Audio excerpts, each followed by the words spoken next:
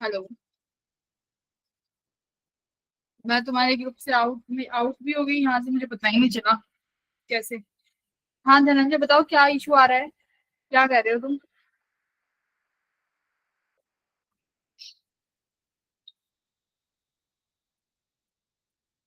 Ma'am हाँ। Ma'am अगर किसी करंट को मैम हॉट वायर पे अगर मेजर करते हैं तो उससे क्या फर्क पड़ता है? अगर किसी करंट को किससे मेजर करते हैं? मैम अगर हॉट वायर से। तो मतलब उस वायर का खुद का कुछ रेजिस्टेंस होगा ना। तो मैम मतलब करंट। क्वेश्चन में गिवन था कि हॉट वायर से करंट मेजर किया गया है। हम्म। तो मैम फिर वो मैक्सिमम करंट पीक करंट पूछा हुआ था एसी करंट वाले में। क्वेश्चन भेजो, ऐसे नहीं समझ में आएगा। क्वेश्चन भेजो सारे।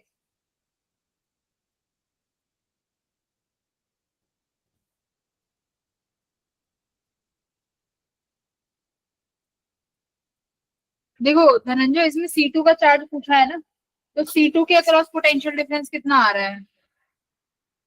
C2 के अक्रॉस पोटेंशियल डिफरेंस ये वाला बनेगा 3 और 7 के बीच का।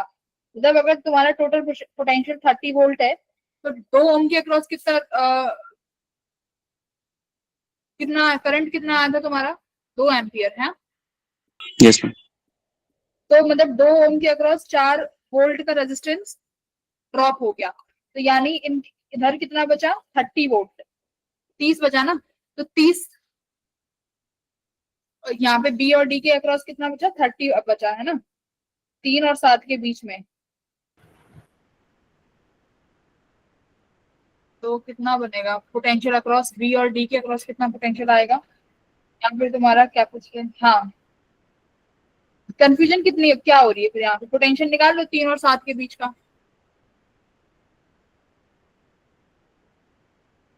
हम्म। मैम C2 के लिए भी इसमें केवीएल लगाएंगे? नहीं नहीं, केवीएल की क्या जरूरत है इसमें बेटा? इसमें केवीएल नहीं लगाएंगे, केवीएल की जरूरत नहीं है इसमें।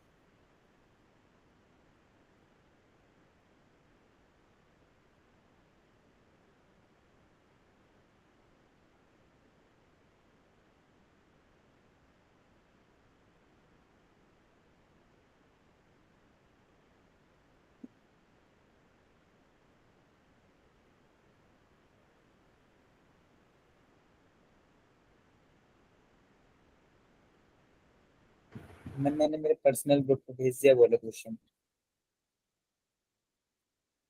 रुको।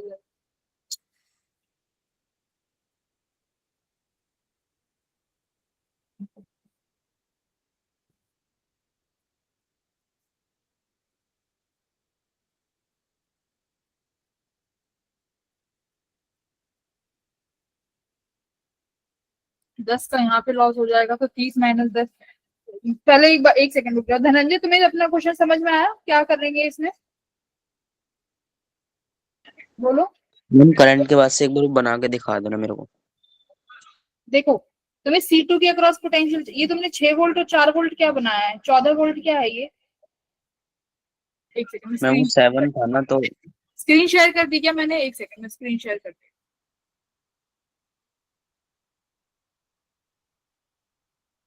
कहाँ हो रही है क्लास?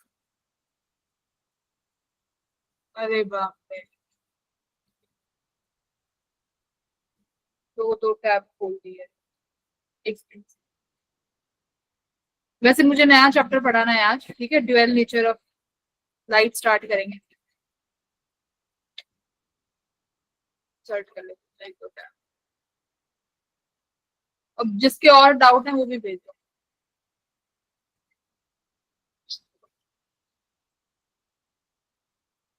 हाँ ठीक है, हम लोग स्टार्ट तो ये चैप्टर करेंगे, बट अभी देखो इसको एक क्वेश्चन में गड़बड़ आ रही है धनंजय को, शायद पलक को भी आई थी। एक बार मैं क्वेश्चन ड्रॉ कर लेती हूँ। हम्म,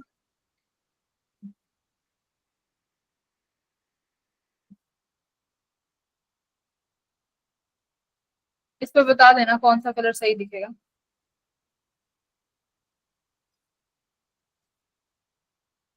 ठीक है, ये 2 ओम है, ये 3 ओम, 7 ओम। ऊपर एक कैपेसिटर जुड़ा हुआ है बेटा, ये कैपेसिटर यहाँ है, ठीक है, C1। और यहाँ मेरे पास एक 34 वोल्ट की बैटरी है, ठीक है, और यहाँ एक और क्या लगा हुआ है, रेजिस्टेंस 5 ओम का, सही है। तो कैपेसिटर C2 एक और जुड़ा हुआ है जो इन दोनों के बीच में लगा हुआ है। तो पॉइंट्स के नामकरण कर लेते हैं, A पॉइंट, B, C और ये अपना D टर्मिनल, ठीक है। यहाँ से करंट तो निकाल लोगे बेटा, जहां जहां कैपेसिटर लग रहा होगा उस ब्रांच से करंट नहीं जाएगा, यानी नहीं ऊपर वाली ब्रांच से भी नहीं जाएगा, और जो ये तुम्हारा 7 ओम है यहाँ से भी नहीं जाएगा। तो सारे कैपेसिटर, सारे रेजिस्टेंस किस में हो जाएंगे, सीरीज में। सीरीज में हो जाएंगे। तो यहाँ से V equals to I R equivalent. आप रेड कलर चुभ रहा है क्या आंखों में, मेरे तो चुभ रहा है। No ma'am. तो V कितना दिया हुआ है 34 इक्वल्स टू I निकल जाएगा, R इक्विवेलेंट कितना आया 14। तो यहाँ से करंट कितना आ गया बेटा तुम्हारा 2 एम्पियर। मैम 17 आएगा। क्या आएगा 17? मैम 17 दूनी 34 होता है ना। तो 7 8 9 10 11 12 13 14 15 16 17, ठीक है, मैम सही है। 17 आया ना, ठीक है। करंट 2 एम्पियर आ गया ना, तुमने बोला था, तो करंट 2 एम्पियर है। उसके बाद Yes, देखो, करंट 2 एम्पियर आ गया, यहाँ से तुम्हारा आई करंट चलेगा। तो आई करंट ए टर्मिनल पे पहुंचा तो सीधा ए पे यहाँ जाएगा 2 ओम के पास। तो 2 ओम के पास कितना पोटेंशियल खाया उसने, कितना खाया, 4 वोल्ट Yes, का ma'am. खाया। तो बी पर कितना बचा पोटेंशियल, 30 वोल्ट, ठीक है। तो तुम्हें C2 के अक्रॉस अगर पोटेंशियल निकालना है तो B और D का पोटेंशियल पता होना चाहिए, करेक्ट। देखो चार्ज निकालना है ना Q2, तो हमें क्या पता होना चाहिए, C2 इंटू इसके अक्रॉस का पोटेंशियल डिफरेंस, करेक्ट। तो अभी C पॉइंट का निकालने की जरूरत नहीं है, D का देख लो। यहाँ पर 5 ओम है, तो 5 ओम के पास और कितना पोटेंशियल ड्रॉप होगा बेटा, करंट 2 ओम यहाँ से एंट्री करेगा, 5 दूनी 10, तो 10 वोल्ट का पोटेंशियल होगा यहाँ पे ड्रॉप, करेक्ट। भाई Yes, ma'am. 5 ओम के पास भी तो कुछ ना कुछ रेजिस्टेंस वो उसका पोटेंशियल का ड्रॉप होगा। तो बी और डी के बीच पोटेंशियल डिफरेंस कितना आया, डी का 20 हो गया, सॉरी कितना आया 10 आया ना, 10 आया डी पॉइंट का। तो बी और डी के बीच का पोटेंशियल डिफरेंस कितना आया, 30 में से 10 गया तो 20, ठीक है। तो 20 का वोल्ट का पोटेंशियल डिफरेंस है। C2 की जो भी वैल्यू गिवन है वो यहाँ से मल्टीप्लाई कर देना, आपका चार्ज आ जाएगा Q2। ये करना था यहाँ पे।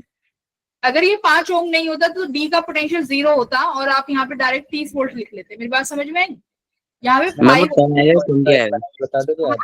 कैसे, मैम वो 10 आएगा 20 आएगा। डेल्टा भी तो 20 आएगा ना, क्योंकि बी पॉइंट का पोटेंशियल 30 है, डी का कितना आया 10 वोल्ट। डी का 20 आना चाहिए ना मैम, डी पे 20 आना चाहिए ना। कैसे, मैम 10 कैसे आएगा एक बार आप बता दोगे। 5 2 या 10 हो गया ना, कितने वोल्ट ड्रॉप हुआ 5 का, करंट 2 जा रहे हैं, 5 ओम उसका रेजिस्टेंस है, तो 5 दूनी 10 हुआ ना। मैम 10 तो ड्रॉप हुआ है ना, हाँ, तो मैम ड्रॉप होने के बाद जितना बचेगा वो होगा ना फिर। क्या हुआ, देखो तुम अगर ऐसे नहीं करना चाहते तो ये देख लो, बी का हो गया तुम्हारा 30 वोल्ट, ठीक है। अब इस 3 ओम पे और कितना ड्रॉप होगा, यहाँ से कर लो, ये 3 ओम और कितने का ड्रॉप करेगा, 6 वोल्ट का, इस वाला 6 वोल्ट का और ड्रॉप हुआ। सी पे कितना बचा 24 बचा सी पे। डी पे आप देख लो, यहाँ 7 ओम है तो 7 दूनी 14, 14 और ड्रॉप हो गया, तो 24 में से 14 गए तो कितना बचा, 24 में से तो 10 बचा ना। हाँ, तो डी का 10 वोल्ट ही आएगा, ठीक है। कैसे भी कर लो आप, अगर पूरा ऐसे करना चाह रहे हो तो ऐसे कर लो, ड्रॉप कर करके। तो डी का पोटेंशियल 10 वोल्ट आया, बी का 30 आया, तो बी और डी का पोटेंशियल डिफरेंस कितना आया 30 माइनस 10 कितना 20, ठीक है, ऐसे आया। अब तो इशू नहीं है पलक, यस मैम। आ गया सवाल समझ में कि नहीं आया, नहीं आया। मैं आ गया। देखो भाई, आपको अगर C2 का चार्ज निकालना है तो C2 का पोटेंशियल चाहिए होगा, तो किससे कनेक्टेड है, बी और डी से कनेक्टेड, तो यानी बी और डी पॉइंट के पोटेंशियल फाइंड कर लो, फिर उनका डिफरेंस ले लो, बस ये करना है। आगे बढ़ते जाओ, जैसे 3 ओम आया तो 3 ने 6 वोल्ट खा लिया, तो 30 में से 6 गई 24 बचा, तो सी पॉइंट का 24 आ गया। आगे 7 आया तो यानी 14 खा लिया, तो कितना बचा, फिर 10 बचा, तो डी पे 10 आ गया, तो 30 में से 10 गए तो कितना बचा 20, ठीक है। तब यहाँ पे किससे मल्टीप्लाई करेंगे, 20 से मल्टीप्लाई करेंगे। ओके, अगेन और किसी का डाउट? बस अब्दुल्ला ने भेजा था एक। In a circuit the value of alternating current is measured by hot wire ammeter as 10 ampere its peak value. अरे इसका मतलब ये है ना कि एक एमीटर ने मेजर किया है। एमीटर कौन सा वैल्यू मेजर करता है? डीसी वैल्यू ना। एमीटर कौन सी वैल्यू बताता है? डीसी। और तुम्हारे लिए एसी में कौन सी वैल्यू होती है? डीसी की आरएमएस वैल्यू। तो इसका मतलब तुम्हें एसी में ये कौन सी वैल्यू दे रखी है? आरएमएस। तो ये आईआरएमएस गिवन है 10 एम्पियर। समझ आया? मैम वो हॉट वायर वाला जो कॉन्सेप्ट है वो नहीं आ रहा। हॉट वायर कुछ नहीं है, वो एमीटर है। तो एमीटर कौन सी रीडिंग देता है? कौन सा करंट बताता है ammeter? Ma'am DC. DC current. हाँ, तो इसलिए वो बताया कि वो डीसी करंट की वैल्यू है। तो हमारे लिए एसी में डीसी की वैल्यू कौन सी होती है? आरएमएस हो वैल्यू। गया मैम, आंसर हो गया। हाँ, और एनीवन एल्स? मैम एक और क्वेश्चन है, मैं भेज रहा हूँ। भेजो, एक सेकंड में तुम्हारी क्लास ज्वाइन कर लेती हूँ।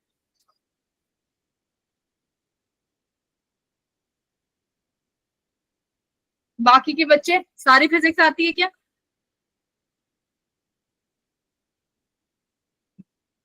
हर्षित, सक्षम, बाकी की गर्ल्स, अंजलि, गौरव, डाउट कहाँ है तुम लोगों के? ग्रुप पे कोई डाउट नहीं आता जैसे पूरी मैम फिजिक्स आती रूट है? मीन वोल्टेज में और रूट मीन स्क्वायर वोल्टेज में क्या डिफरेंस है? किसमें?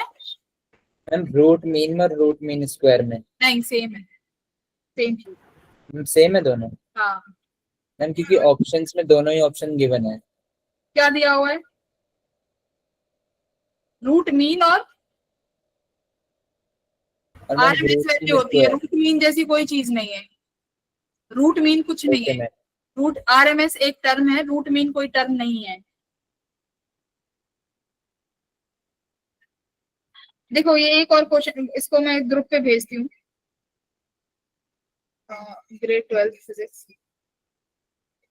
धनंजय ने एक क्वेश्चन भेजा है, देखो उसे हम डिस्कस करेंगे। एक बार ग्रुप में चेक करो सारे जने, क्वेश्चन पढ़ो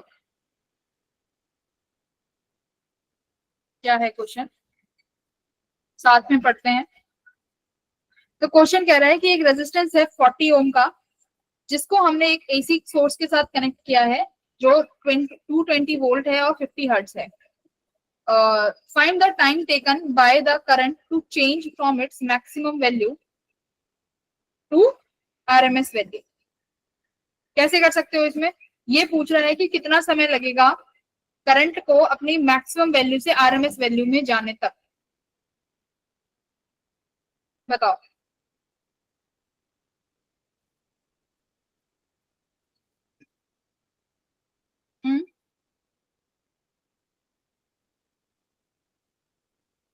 कौन बताएगा इस क्वेश्चन को कैसे कर सकते हैं?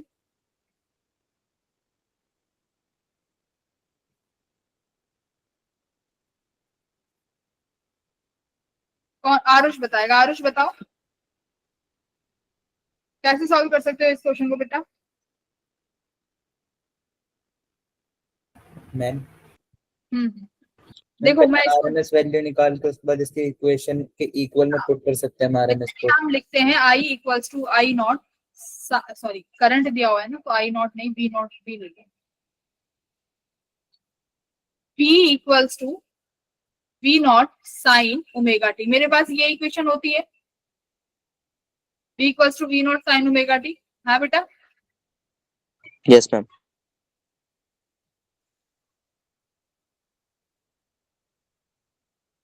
ये इक्वेशन क्या बताती है? किसी भी टी टाइम पे तुम्हारी वोल्टेज कितनी है ना? अगर ये आप अगर स्मॉल टी की वैल्यू जो रख दोगे, इसके कॉरेस्पॉन्डिंग यही वोल्टेज निकल के आएगी। और वी नॉट क्या है? मेरी पीक वैल्यू। वी नॉट क्या है? मेरी पीक वैल्यू। तो time taken by the current to change from maximum value. तो पहले तो ये देखो कि मैक्सिमम वैल्यू कितने पे पहुंचती है। 0 टू मैक्सिमम कितने पे पहुंचोगे? तो कितने पे पहुंचती हो 0 टू मैक्सिमम? ये तो डायरेक्ट ग्राफ से ही देख सकते हो, साइन का ग्राफ देखो। अगर ये 0 है तो तुम पहले मैक्सिमम यहाँ पर पहुंचे वी नॉट, कितने समय पे पहुंच जाते हो? ये T/4 में। भाई ये t/4 ही तो होगा, दिस इज 0, यहाँ पर t/2 आता है ना, और ये यहाँ पर कैपिटल sir. टी बनता है, तो ये बीच वाला टाइम जब तुम्हारा वैल्यू 0 से मैक्सिमम जाएगा तो कितने समय पे जाएगा, t/4 में। तो तुम्हें ये तो पता चल गया कि 0 से मैक्सिमम का टाइम कितना आया, कैपिटल t/4, कैपिटल t/4। अब मुझे क्या चाहिए, मैक्सिमम टू किसका टाइम, आरएमएस का, यही चाहिए ना, मैक्सिमम टू आरएमएस वैल्यू। मान लो 0 से मैक्सिमम का टाइम t1 था, t2 टाइम किसका है मेरा, मैक्सिमम टू आरएमएस वैल्यू। अगर मैंने ये निकाल लिया और मैं t1 माइनस t2 कर दूं तो मेरे को क्या आंसर मिल जाएगा मेरा, बताओ, समझ में आ रहा है क्या कहा मैंने, एक सेकेंड, देखो मैं क्या कह रही हूँ, v equals to v not sine omega T होता है। इसमें तुम्हें दो क्या सवाल क्या पूछा है, टाइम टेकन फ्रॉम कहां से कहां तक, v max to v RMS, यही पूछा है बेटा। अब देखो मेरे पास ये ग्राफ होता है इस तरीके का, तो पहले अगर तुम 0 से चले हो तो यानी मेरे को मैक्सिमम यहाँ पर मिलेगा, जो कितना टाइम में मिलेगा, कैपिटल t/4।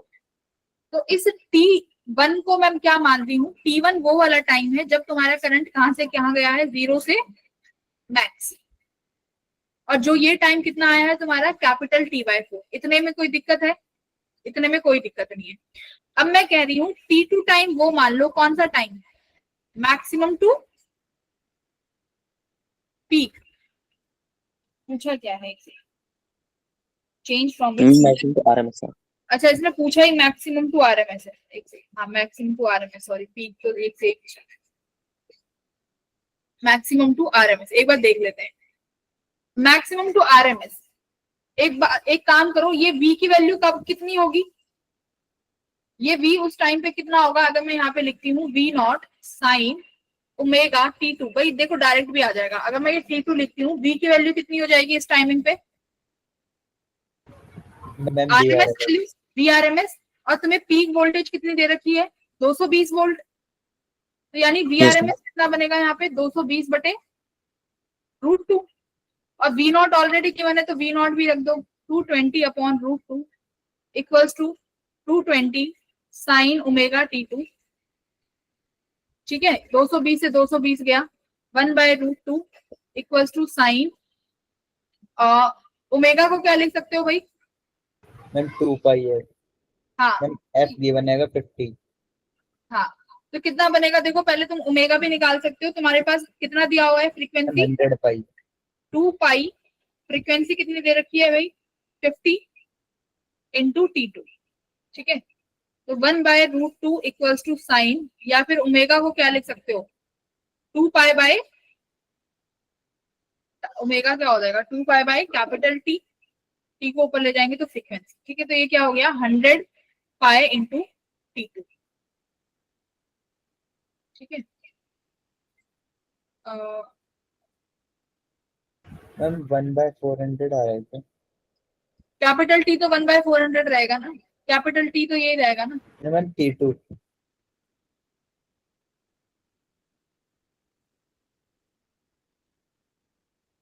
आंसर तो नहीं है इसका,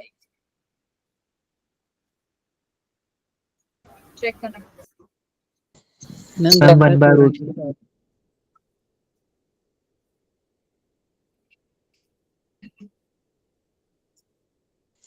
मैम उसको सॉल्व करने पे हाँ इसको 2.5 सॉल्व कर लेना, हो जाएगा।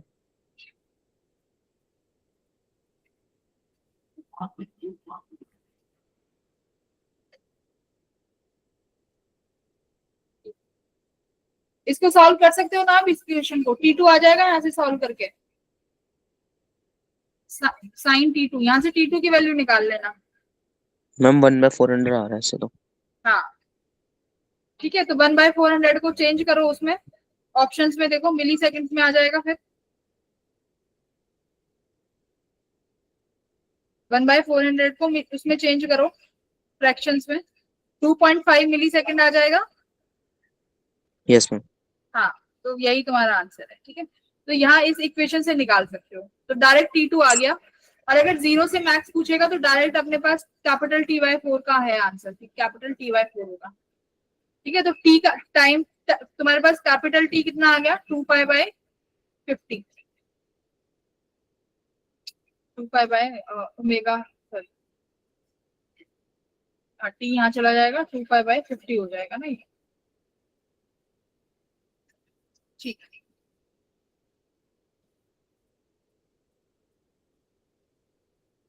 Anyone ये else? पूछ लीजिए इन इस टाइप के क्वेश्चन में। हाँ, इस टाइप के क्वेश्चन यहीं से चेंज होंगे कि जो तुम्हें उस पर्टिकुलर v की वैल्यू दी हुई है वो v की वैल्यू रख दो, तो वहां से तुम टाइम निकाल लेना कि कौन से टाइम में आएगी वो वैल्यू, वहां से t मिल जाएगा, ठीक है। बस, और किसी को तो नहीं पूछना कुछ?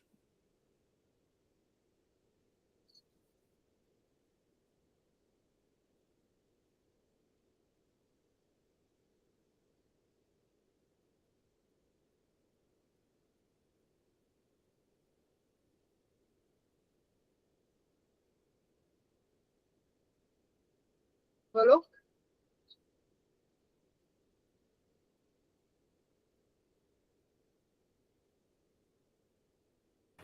हम आज आप रिवीजन करवाने वाले थे शायद। क्या करना है?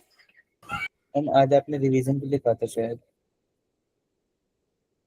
बेटा ये सॉल्व हो गया ना सबका, T2 आ गया ना 1/400, यस मैम।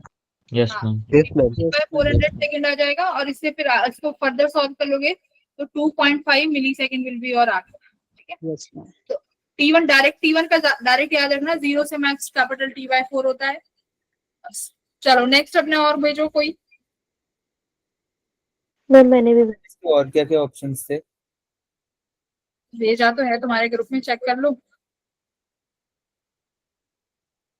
यस एक और किस भेजा है, किसने? कृतिका ने। कृतिका, ये वाला क्वेश्चन तो इंटीग्रेशन करके होगा। मैम इसकी इक्वेशन नहीं बनानी है। मैं ग्रुप पे भेज देती हूँ दोबारा से, मुझे नया पढ़ाना था आज वैसे। ये तुम ग्रुप पे पूछ लेना ना, ये वाली चीजें तो मैं ग्रुप पे भी बता दूंगी। Yes ma'am. कोई नहीं, मैं बता दे। देखो ये क्या कह रहा है कि एक मेटल शीट है जिसकी विड्थ दी हुई है W, ये मेटल की शीट है जिसकी मेरे पास विड्थ है W, carries A current I which is uniformly distributed. तो मतलब करंट I जो है इसके पूरे सरफेस में है करंट I, ठीक है।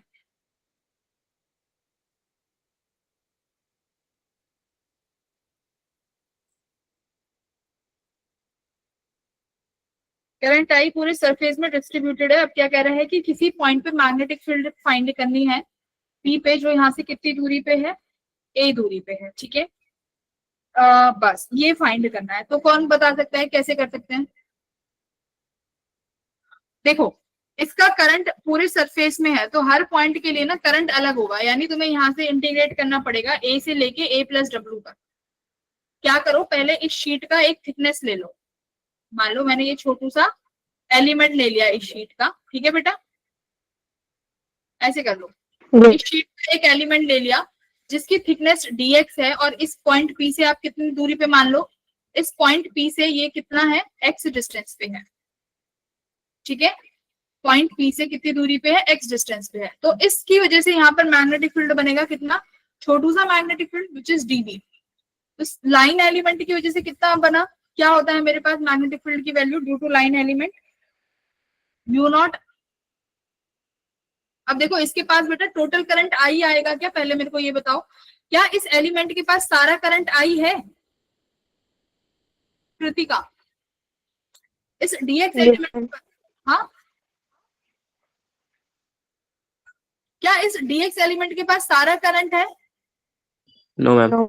नहीं है ना, वो W पूरे सरफेस पे था, तो इसके पास कुछ I डैश आएगा ना, इसके पास कुछ I डैश करंट आएगा। तो आप यहाँ लिखोगे म्यू0 I डैश अपॉन, क्या होता है बताओ इस लाइन एलिमेंट की वजह से मैग्नेटिक फील्ड, म्यू0 I अपॉन 4 पाई आर होता है कि 2 पाई आर होता है? 2 pi R large 4 pi R 2 pi R होता है I think, Yes, ma'am. Yes, ma'am. 2 by R. 2 pi R, ठीक है।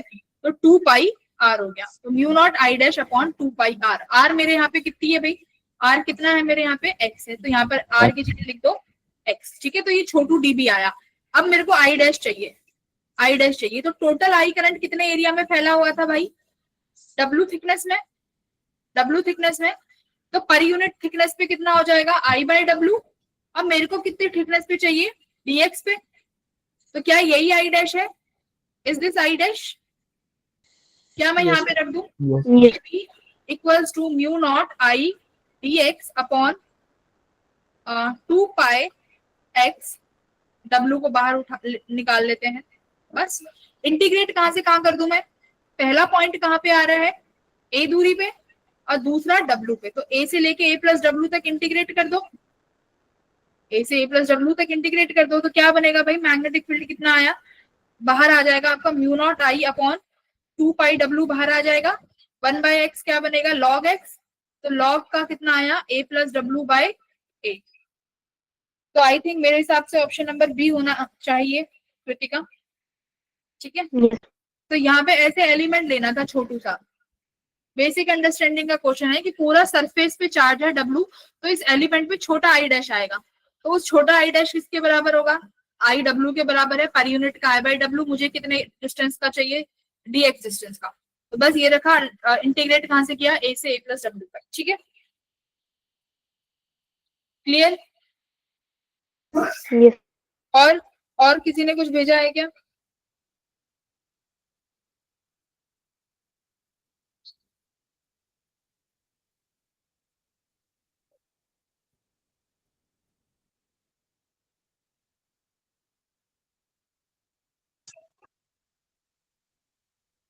मैम आज तो आप रिवीजन करवाने वाले थे वैसे। किसकी रिवीजन? Ma'am Great. 12th या 11th के चैप्टर के। 12th का उस दिन करा तो दिया था रिवीजन। मैम आज आपने ईएमआई का बोला था शायद। तुम लोग डाउट्स ले लो, मेरे को सिलेबस भी कंप्लीट कराना है जल्दी। और कुछ डाउट है कि मैं आगे बढ़ूं? ईएमआई तुमने आज कवर करी है लोग, बहुत से बच्चों ने, तो तुम्हारे डाउट है तो ले लो। ये पीरबख्श नहीं आया क्लास में? आया है पीरबख्श? Yes, तुम्हें ma'am. कुछ डाउट नहीं आया? नो मैम, मैं अभी पीवाईक्यू कर रहा हूँ उसके एसी के। कौन थ्योरी वगैरह में कोई डाउट नहीं आया? No ma'am.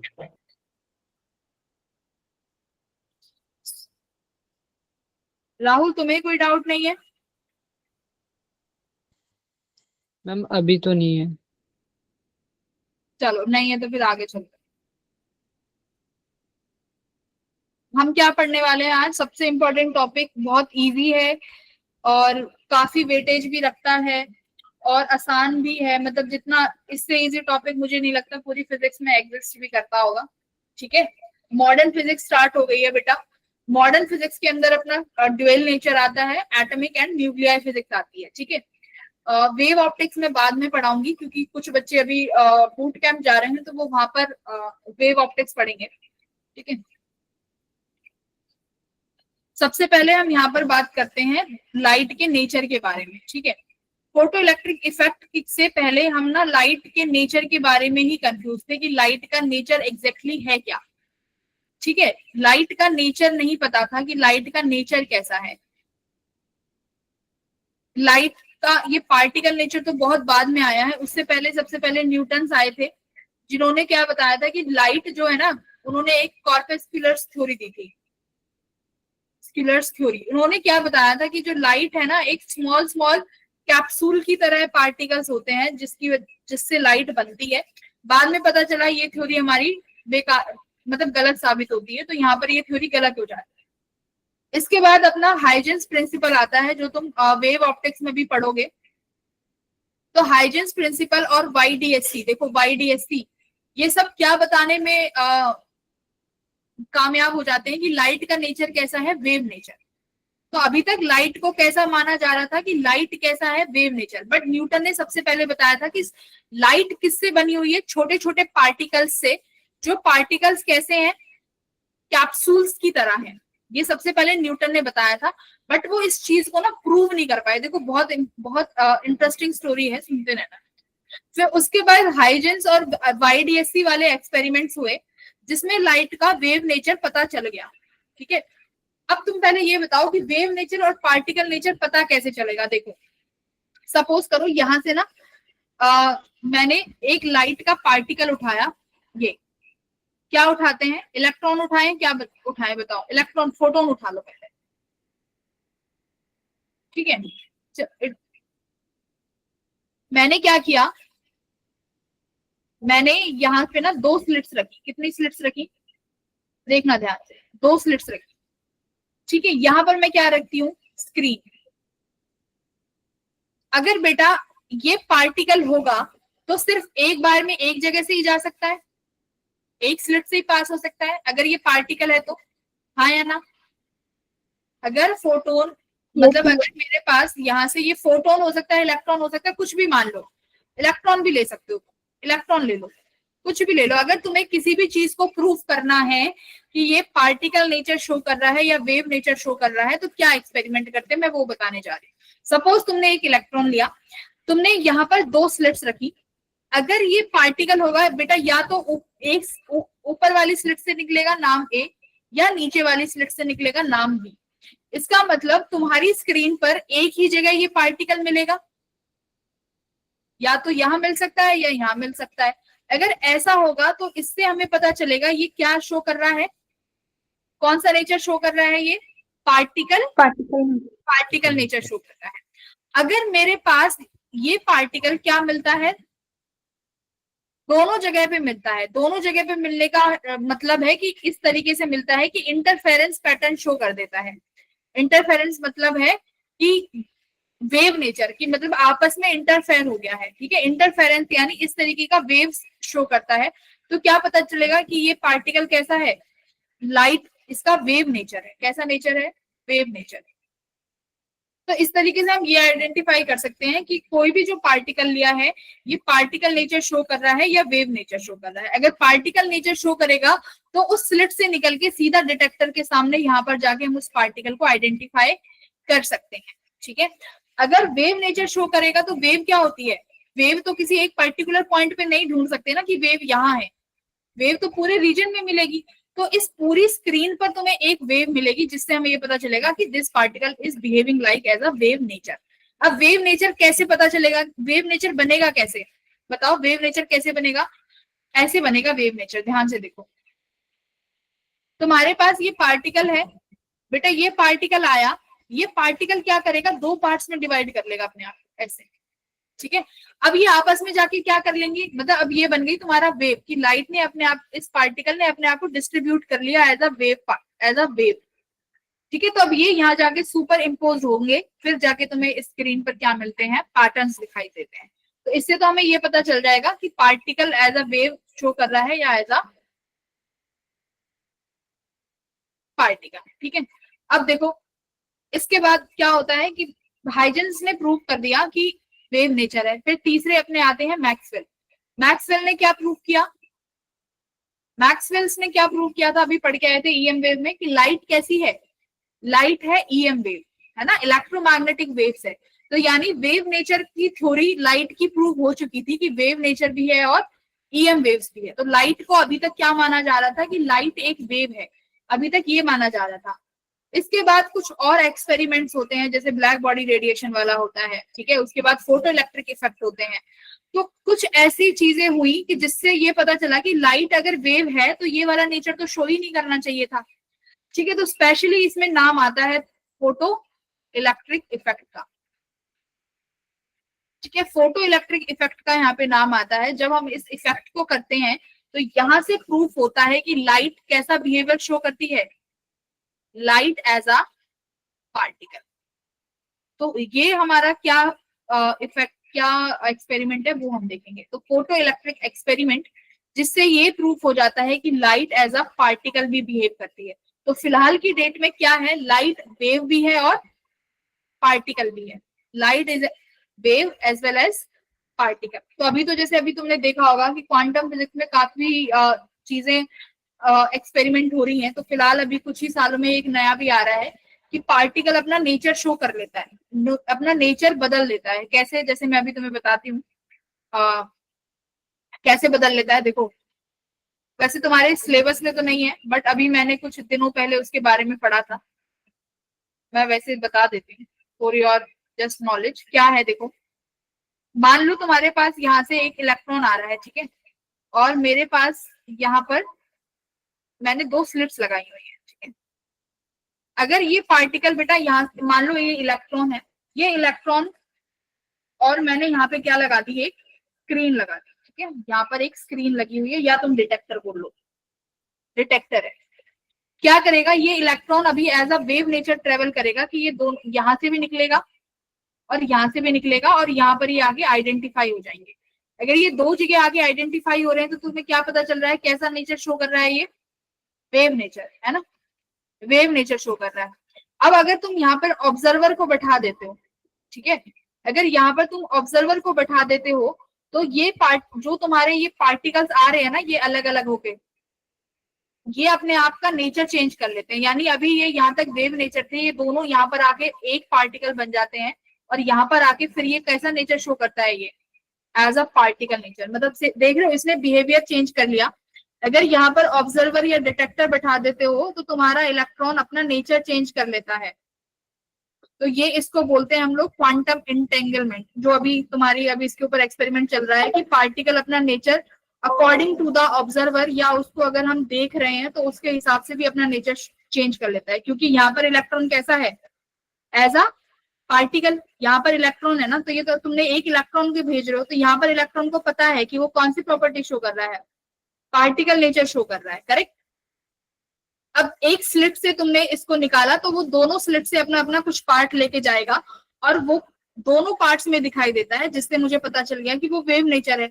लेकिन अगर मैं यहाँ ऑब्जर्वर बैठा देती हूँ, यानी तुम्हारे स्क्रीन से आगे, तो तुम्हारा पार्टिकल यानी उस इलेक्ट्रॉन को ये पता चल जाएगा कि मेरे को कोई देख रहा है या फिर मेरे को ऑब्जर्व किया जा रहा है, तो वो अपना नेचर पुराना वाला कर लेगा। यानी पहले वो पार्टिकल नेचर था ना, तो अपना फिर से पार्टिकल नेचर कर लेगा। यानी 2 जो बटे हुए इलेक्ट्रॉन्स थे वो आपस में क्या कर लेंगे, वो आपस में कंबाइन होके तुम्हें कितने उस स्क्रीन पे कितने जाएंगे? एक ही जाएगा, जिससे ये पता चलेगा कि उसने अपना पहले जो वेव नेचर दिखा रहा था, अब वो पार्टिकल दोबारा क्या दिखा रहा है, वो इलेक्ट्रॉन कौन सा नेचर दिखा रहा है? पार्टिकल नेचर दिखा रहा है। तो यानी यहाँ से बिहेवियर चेंजमेंट के बारे में भी पता चला है फिलहाल, जो अभी नई डिस्कवरीज हो रही है, ठीक है।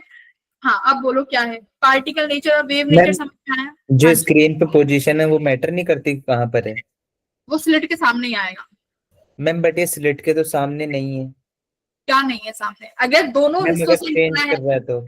अगर दोनों हिस्सों के सामने है, अगर दोनों हिस्सों के सामने निकला है तो दो पॉइंट्स पे डिटेक्ट होगा। मेरी बात समझ रहे हो? वो डिटेक्टर है, अगर वो वेव नेचर शो कर रहा है तो दोनों पॉइंट्स पे डिटेक्ट होगी, ठीक है, दोनों पॉइंट्स पे। अगर वो पार्टिकल नेचर शो करेगा तो किसी एक पे ही शो होगा, ठीक है, वो अपना नेचर चेंज कर लेगा। मैम एक पे मतलब स्लिट के सामने जो मतलब गैप हाँ, के किसी सामने भी नहीं आएगा तो भी? गैप के सामने ही आएगा। मैम बट यहाँ पे दोनों जो आके मैंने समझाने के लिए किया था अब्दुल्ला कि ये 2 पार्टिकल्स हैं, अगर मैं ऑब्जर्वर बनाऊंगी तो वो दोनों आपस में मिल जाएंगे, 2 पार्टिकल्स मिलके फिर वो स्क्रीन पर एक ही जगह डिटेक्ट होगा। ये समझो कि डिटेक्ट एक ही जगह होगा, ठीक है। तो अपना पार्टिकल अपना बिहेवियर चेंज कर रहा है, बस मैं ये समझाना चाह रही हूँ, ठीक है। अब बोलो क्या कहना चाहते हो, पार्टिकल और वेव नेचर में क्या कंफ्यूजन है? फिर मैं फोटो इलेक्ट्रिक इफेक्ट पे आती हूँ।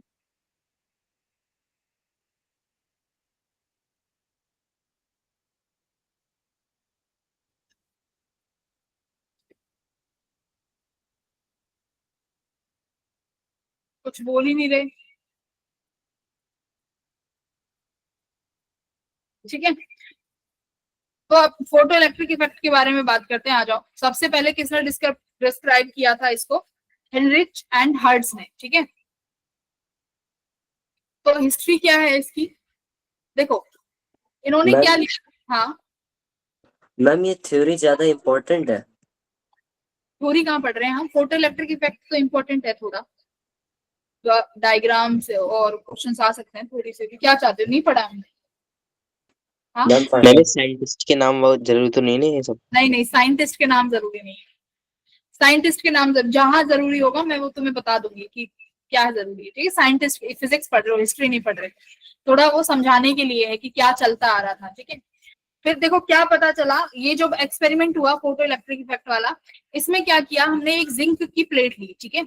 अगर मैं इस जिंक की प्लेट को यूवी लाइट से एक्सपोज कर रही हूँ तो तुम्हारी जो ये प्लेट है कुछ चार्ज को एक्सपोज कर रही है, मतलब कुछ चार्ज बाहर आ रहा है निकल के, ठीक है।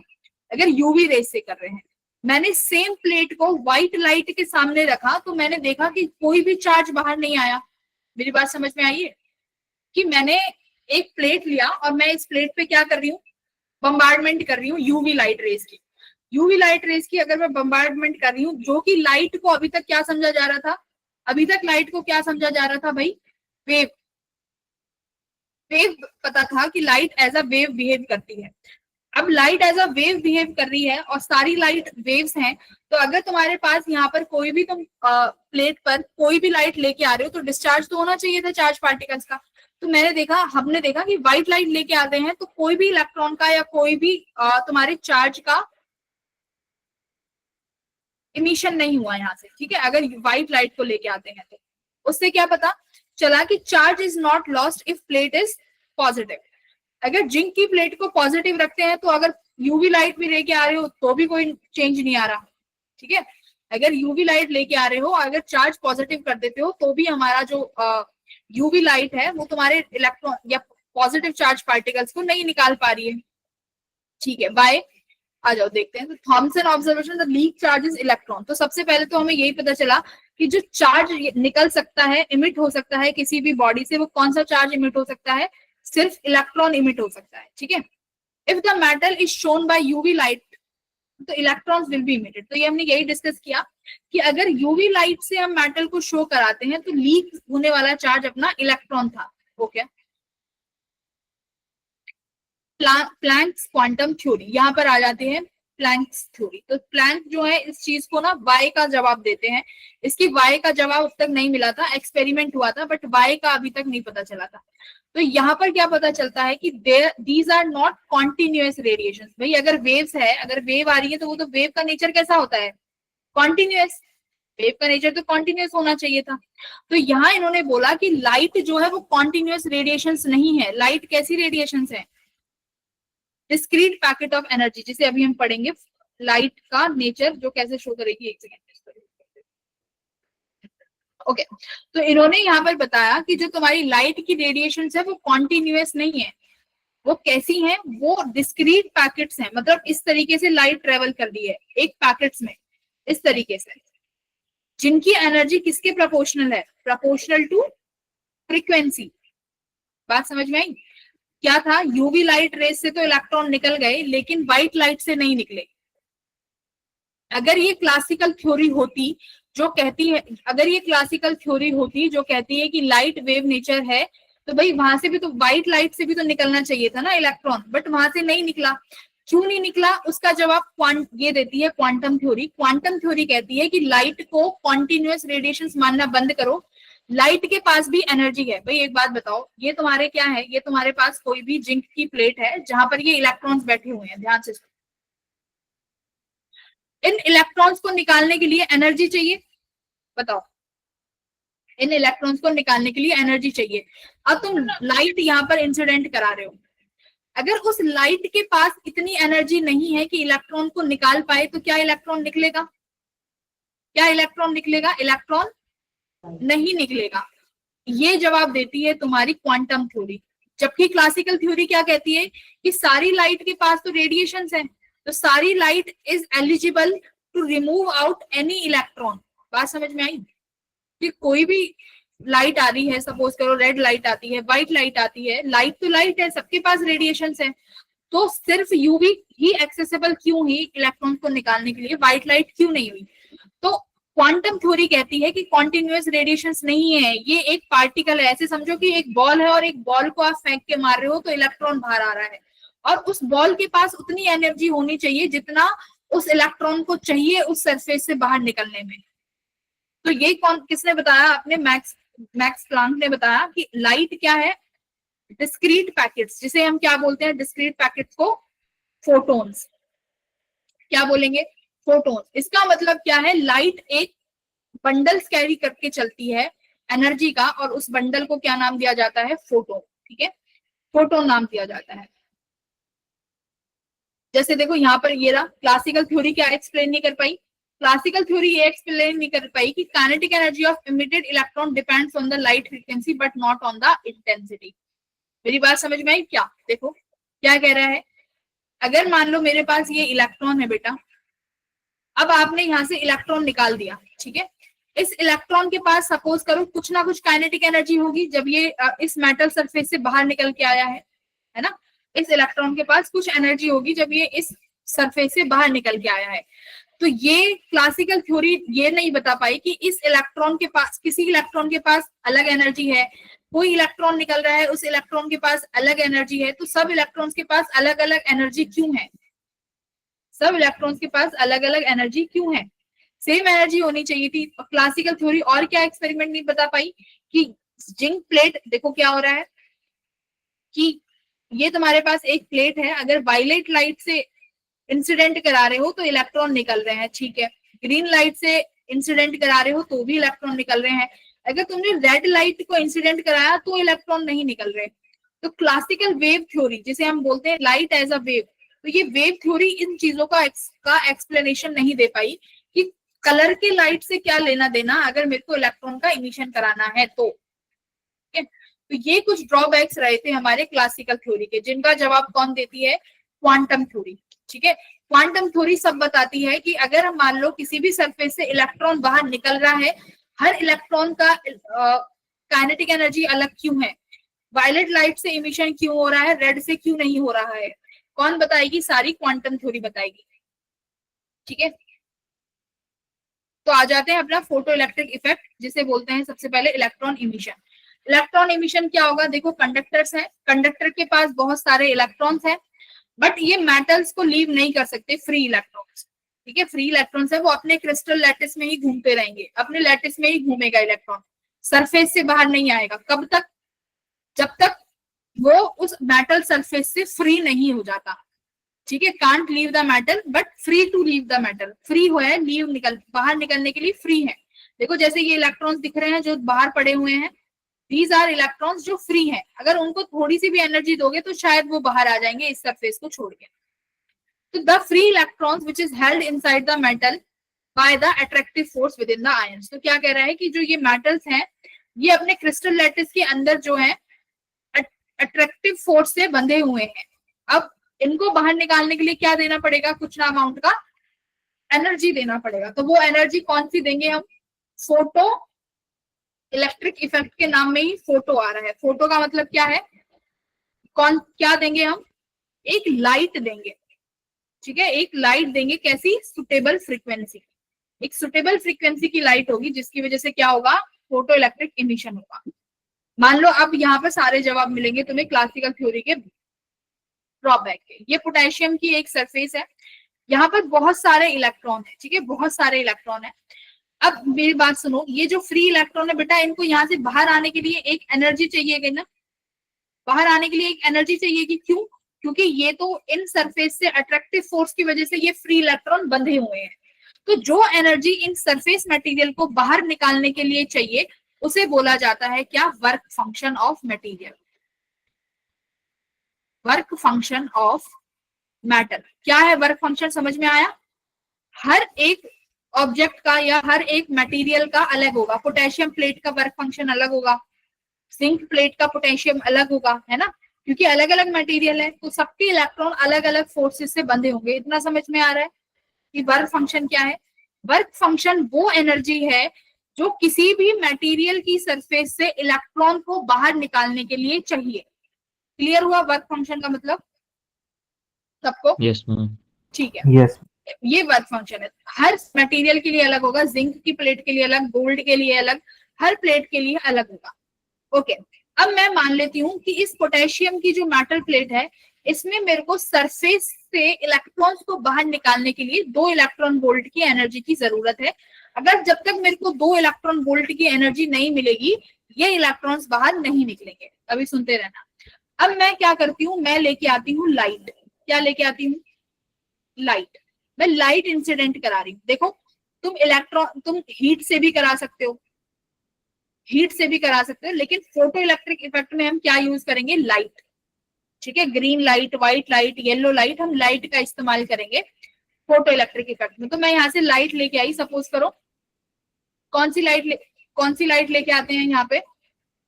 मैं यहाँ पे रेड लाइट लेके आ रही हूँ। ठीक है, मैं रेड कलर की लाइट लेके आ रही हूँ।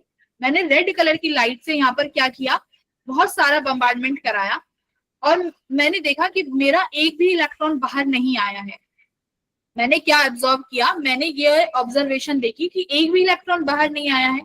तो मैंने क्या किया कि पहले मैं रेड लाइट का, सपोज करो 100 वॉट का बल्ब लेके आई थी, तो मैंने उस 100 वॉट के बल्ब को कितने से रिप्लेस कर दिया? 500 वॉट के बल्ब से रिप्लेस कर दिया। अब बताओ क्या होना चाहिए? क्या अब इलेक्ट्रॉन्स बाहर निकल जाएंगे क्या? No ma'am. No ma'am. क्यों? मैम क्योंकि मैम फ्रीक्वेंसी कम है। इंटेंसिटी बढ़ा दी ना मैंने। देखो मैम मैंने, तो इंटेंसिटी से फर्क ही नहीं पड़ता ना उसे। देखो मैंने क्या किया, मैंने इंटेंसिटी को बढ़ाया कितने से? 100 वॉट टू 500 वॉट। मैंने इस रेड लाइट की इंटेंसिटी को बढ़ाया, बट फिर भी क्या देखा गया?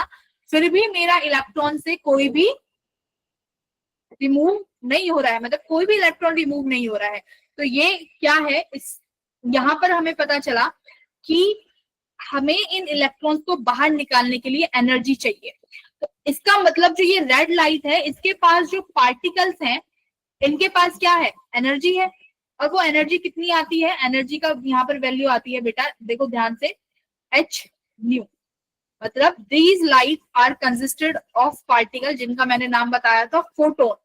इन फोटोन्स के पास क्या है? इन फोटोन्स के पास है एनर्जी। उस एनर्जी की वैल्यू क्या है? H nu.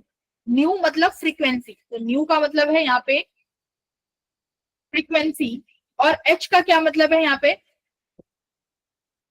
प्लैंक एच कौन कांस्टेंट। सा है? Planck constant. प्लैंक सर की बात कर रहे हैं तो प्लैंक कांस्टेंट। ठीक है, अपना Planck constant E equals to h nu. Planck constant की वैल्यू कितनी होती है? 6.6 into 10⁻⁻4 joule -34 joule second.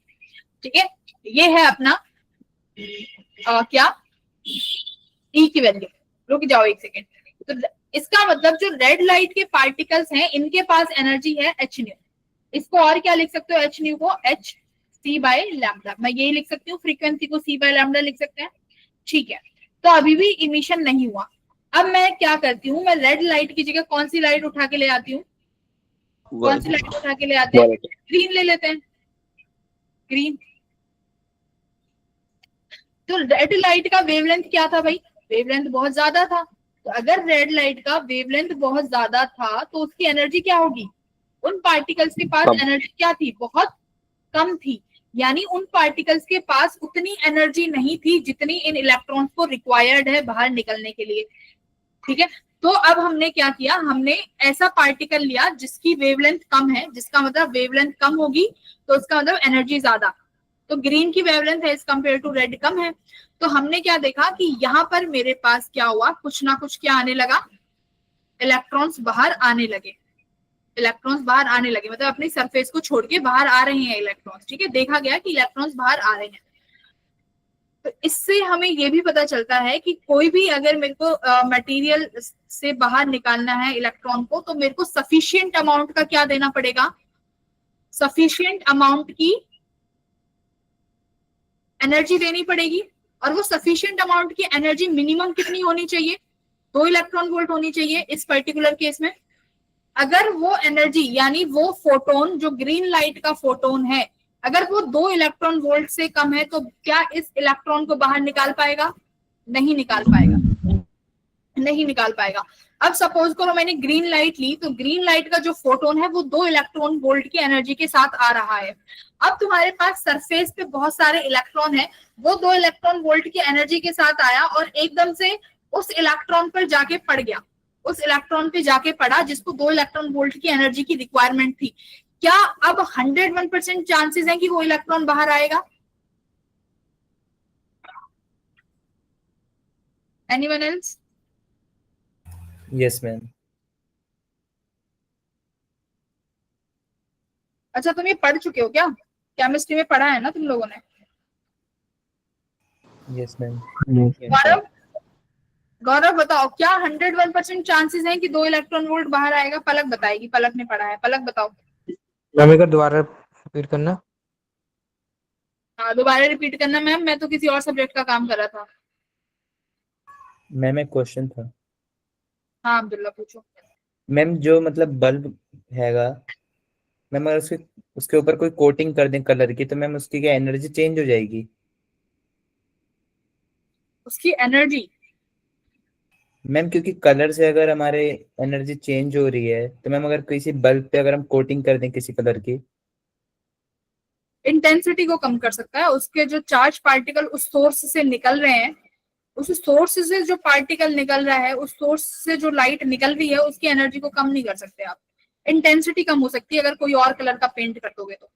Energy should remain same. Frequency source पे डिपेंड करती है, फ्रीक्वेंसी चेंज नहीं हो सकती। ठीक है। तो मैम वैसे फिर हम ग्रीन लाइट का सोर्स कैसे निकालेंगे? कैसे? मैम अगर हमें ग्रीन लाइट का सोर्स चाहिए तो कोई एग्जांपल? ग्रीन बल्ब भी तो आते हैं। मैम वो तो व्हाइट बस कलर की एक वेवलेंथ होती है ना, तुम व्हाइट लाइट से ग्रीन बना सकते हो। व्हाइट मैम से ग्रीन। वाइट से ग्रीन करने के लिए मैम ये मैम या कैसे करेंगे वाइट से ग्रीन? देखो, ये तो मेरे को भी नहीं पता कि व्हाइट से अब ग्रीन कलर कैसे बनाना है। ठीक है, व्हाइट से ग्रीन कैसे बनाना है ये मेरे को नहीं पता, ये मेरा काम है भी नहीं। मेरे को इतना पता है कि अगर तुम किसी सोर्स पे दूसरा कलर कर रहे हो, जैसे कह रहे हो बल्ब के ऊपर दूसरा कलर कर देंगे, तो उसकी फ्रीक्वेंसी चेंज नहीं होगी। मैम बट लाइट का कलर तो चेंज हो जाएगा ना? नहीं, वो इंटेंसिटी को फर्क करेगा ना। कैसे कह रहे हो कि अगर मैंने एक बल्ब लिया और उसके ऊपर पेंट कर दिया, यस मैम। क्या होगा फिर बताओ, तो तुम मैम लोग बताओ। कलर चेंज होगा तो मैम कलर से वो फ्रीक्वेंसी चेंज नहीं होगी? वेवलेंथ चेंज हो जाएगी, फ्रीक्वेंसी नहीं चेंज होगी। फ्रीक्वेंसी नहीं चेंज होगी, वेवलेंथ चेंज हो जाएगी। बात समझ रहे हो? वेवलेंथ चेंज हो जाएगी, frequency will remain same. Ma'am but frequency तो सी अपॉन में वेवलेंथ ही है ना, तो मैम सी तो दोनों में ही सेम रहेगी। नहीं, वेवलेंथ चेंज हो सकती है but according to the medium, but frequency नहीं चेंज होती। ये याद, ये कान अपने दिमाग में बैठा लो, फ्रीक्वेंसी चेंज नहीं होती मीडियम के चेंज होने से। ठीक है। मैम अगर वेवलेंथ चेंज होगी तो मैम फ्रीक्वेंसी तो चेंज होगी फिर अपने आप। नहीं हो सकता है ना कि लाइट भी तो फिर मीडियम में जाएगी, तो लाइट भी तो चेंज करेगी ना अपनी वेलोसिटी। पढ़ा तो है अभी, अगर किसी और मीडियम में लाइट जाएगी तो सी थोड़ी ना रहेगी। अभी क्या पढ़ के आए हो ओके ज्योमेट्रिकल ऑप्टिक्स में, रिफ्रैक्टिव इंडेक्स, तो सी थोड़ी ना रहेगी, वो भी तो चेंज होगी, ओके मैम। पर फ्रीक्वेंसी नहीं चेंज होगी। हाँ, तो यहाँ पे मेरा सवाल क्या था कि ये सवाल था कि मान लो तुमने एक ऐसा फोटोन लिया, इस फोटोन की एनर्जी 2 इलेक्ट्रॉन वोल्ट है, और ये फोटोन जाके तुम्हारे यहाँ किसी एक इलेक्ट्रॉन से टकराता है जिसको 2 इलेक्ट्रॉन ही चाहिए, जिसको 2 इलेक्ट्रॉन ही चाहिए, तो क्या पॉसिबिलिटी 100% है कि ये इलेक्ट्रॉन बाहर आ जाएगा? ये सवाल है। यस मैम आ जाएगा। यस मैम आ जाए। आ जाएगा। Yes ma'am. यही तो बात है, नहीं आएगा। मैम 100% नहीं है 100% कोई पॉसिबिलिटी नहीं है। मैम, क्योंकि उतनी एनर्जी से वो से निकलने के लिए चाहिए, हाँ, वेलोसिटी नहीं होगी उसके पास। ये तुमने एलिजिबिलिटी सेट करी है।